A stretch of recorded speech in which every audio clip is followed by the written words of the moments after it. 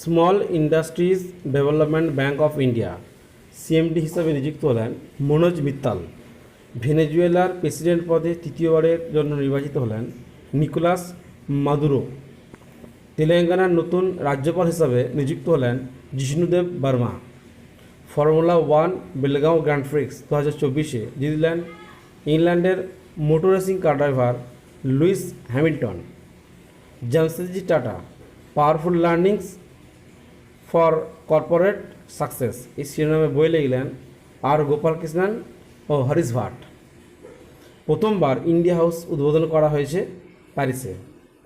2025 সালের পুরুষদের T20 Asia cup অনুষ্ঠিত হবে ভারতে। টেস্ট ক্রিকেটে 12,000 রান পূর্ণ করার সপ্তম ব্যাটসম্যান হলেন জো রুট। সম্প্রতি এলন মাস্ক